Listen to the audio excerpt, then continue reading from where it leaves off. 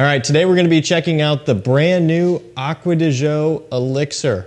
This one's coming in at a 50 ml bottle size. That's the only size that you get. It's the only size that they make, at least as of right now. And I've seen a few sources online saying that the retail price is going to be like $160. It's not available officially in the US yet, so I'm not exactly sure, but that's kind of what I'm seeing. You know me, I'm an Acqua di Gio lover. I've been a fan of pretty much all of them, right? And Profumo being by far my favorite, now known as the Parfum. And so I'm excited, you know, I'm curious more than anything, because to me it can't get much better than the Parfum, but maybe this will be. A major issue with this one, though, is going to be the price point. I mean, 50 ml for 160 allegedly, or even less than that, you know, 140 or something for 50 ml, you know, theoretically. It's a lot of money. I mean, 50 ml, I just don't like 50 ml bottle sizes. It's inefficient, right? But if that's all we get, that's all we get. Here is the bottle, which, by the way, looks gorgeous. I have to say, I do like it. It's a little bit more slimmer profile here on the side, obviously much shorter given the you know, small capacity of the bottle itself. It's got a pretty small footprint. I mean, it fits right in the palm of your hand. Nice, essentially blacked out portion here on the inside where the liquid itself is stored, and the glass is clear at the bottom. You can see it's not level. It kind of starts higher on this end and gets a lower as it goes down there. Kind of an interesting little feature. It's minimal, but it's very sleek. Do have a magnetic cap, which if they didn't for this price point definitely would be a letdown. And then you do have the Giorgio Armani logo there on the top. Just a few details to look out for, because I'm sure fakes will be popping up before you know it. So let's go ahead and get this one sprayed on. Give it a few generous sprays here and see what we got. So definitely, well, a bit of an alcohol blast going on, although I did hammer on it pretty well. But aside from that, much fresher than I was expecting. So it's definitely Acqua di Gio oriented, the eau de toilette, like very fresh, oceanic, clean, citrusy, okay? Aromatic as well, but predominantly very bright would be the way I would put it. You know, some of that brightness is lost in Profumo / Parfum, or you know, was lost in those flankers there a little bit when you compare them to the eau de toilette and even Profondo and the eau de parfum. And so given that this is obviously an elixir parfum going in that seemingly darker direction is kind of evidented by the bottle, it's quite the contrast here. You know, I was expecting something richer and heavier, but right now that's not the case. And as it sits now, I'm picking up on some florals, a white floral, almost like a jasmine, that sort of thing, which isn't all that prominent in really any of the others. You don't really get a whole lot of that.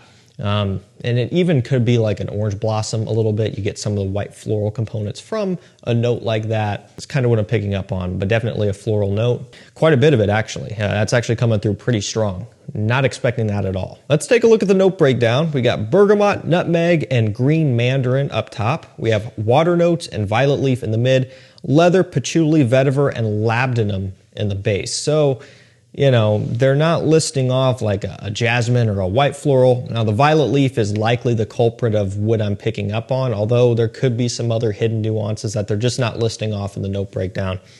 But it's still there. You know, I didn't really get much of a sweet spice off the top, you know, from what the nutmeg would provide.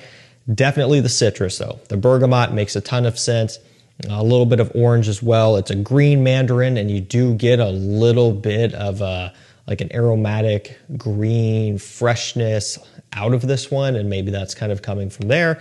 And as far as the base notes are concerned, we haven't gotten into those yet, because as I smell it right now, it's not all that leathery yet. The patchouli is not really coming through, which that's a key player in the Profumo and the Parfum versions. Vetiver, maybe a little bit of a woodiness, but it's still very bright and fresh as it sits right now. Labdanum, not quite yet.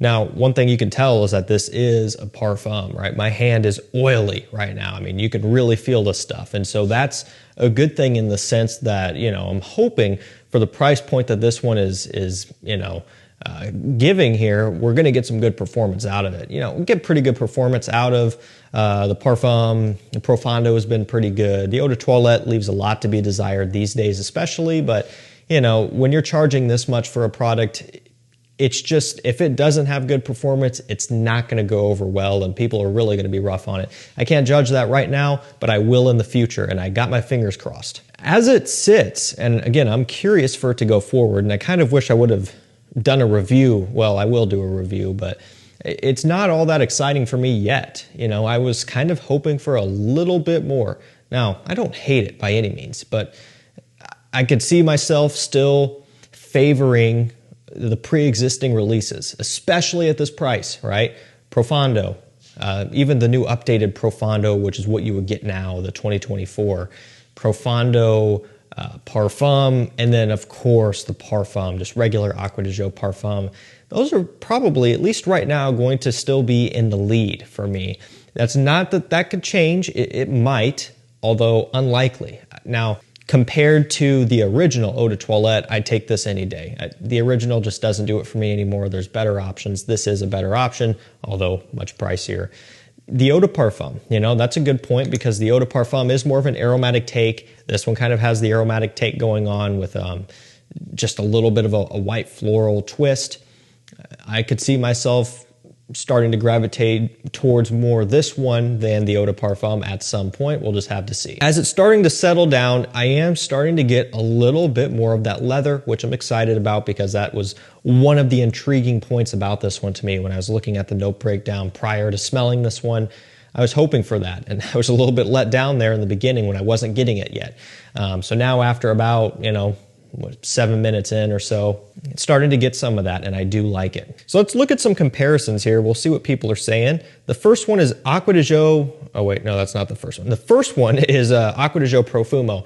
I'm not getting that, really, because it just, when you look at the note breakdown, yes, there's patchouli in both, right? This one lacks the incense or smoky depth. It doesn't have even the same level of patchouli depth, at least not yet. Now that could change. I can only go off of what I know in a first impressions, but as of right now, I'm not getting that. Next up is Fahrenheit. Is that the Aqua or Cologne? Fahrenheit Cologne. So both Fahrenheit Aqua and Cologne are discontinued. Both are really good scents though. And I can see that a little bit, mainly because of just the violet leaf mixing with the citrus and the vetiver. That's a commonality within pretty much all the Fahrenheits. I mean, the violet leaf is the driving force behind Dior Fahrenheit, and it's a similar smell here. Now, it's definitely not a clone of Fahrenheit Cologne or / Aqua, but I can see actually a relatively striking resemblance, especially when you really think about it in that way. The way the violet leaf kind of mixes with everything else, that's a pretty good comparison there. It kind of at least puts you in the right category, where if you like or dislike Fahrenheit Cologne, you'll get closer to knowing whether you would like this or not.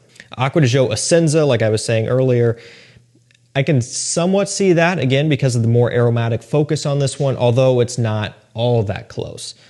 Just the original Eau de Toilette, especially off the opening, yeah, it's got that really, really nice, bright, fresh, invigorating opening that the Eau de Toilette does have.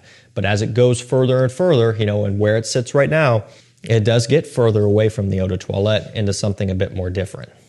Acqua di Gio Parfum, it's the same thing with Profumo, it just doesn't really make sense to me. Profondo, I kind of already touched on that. It's going to share similarities with all of these Acqua di Gios, given that they all share the same overall idea for the most part, but still not all that close, okay? And then we've got just weird stuff like Oud Satin Mood, and I think we can just call it quits there. That's kind of where it's at. So not at all what I was expecting, not in the slightest. Still nice, but I don't know. I'm not overly excited for it right now. I think the saving grace for this one would be 1, performance, and 2, just being able to get it for anything substantially less than what the retail price is going to be when it is available here, because it's not going to be cheap. If you take a look at the price of the Parfum Acqua di Gio at retail, it's pricey, but you can get that one for a pretty significant discount on discounters. And so I've got high hopes that once this one stabilizes, you'll be able to get it for something that is definitely not cheap by any means, but more reasonable than what they are going to be asking full retail for. You know, that's really all I've got. I hope it's a good performer. I can absolutely see this one becoming a summer hype beast. Again, price is going to be holding back some of that popularity there as far as a snowball effect goes. But as far as seasons, again, it sounds weird being an elixir with a black bottle and really sleek look like this, but it's going to be a summer beast. It is very, very bright, very summery. I mean, really, it's more of a summer scent than Acqua di Gio Parfum. And again, you would think it would be going in the opposite direction. We'll finish things off by taking one more look at the bottle. It might be my favorite bottle. So there's that, you know, probably the most superficial part of the whole thing, right? The part that matters the least, but that is really sharp. I like it. I like that slim design. Super cool looking. This would look great in a 100 ml or a 125, you know, and I do wish, that's the other thing. I understand it's an elixir and it's going to be more expensive and smaller bottle capacity, but it could have at least been a 75 ml. Originally, that's what I thought they were going to be. I thought they were going to be a 75 ml, which is still not fully ideal. But a 50 ml, man, that just isn't a whole lot. Smells nice. Not what I was expecting, and maybe not what you were going to be expecting either, but still, it's going to be another popular scent nonetheless. So let me know down below, when this one becomes readily available, are you going to try it? Or are you going to skip it and move on to the next one? Because this is definitely not going to be the end of the Acqua di Gio lineup, I'm sure of it. That's going to do it for me, guys. Thank you so much for watching. Stay safe, stay healthy. We'll see you tomorrow with another one. Take care.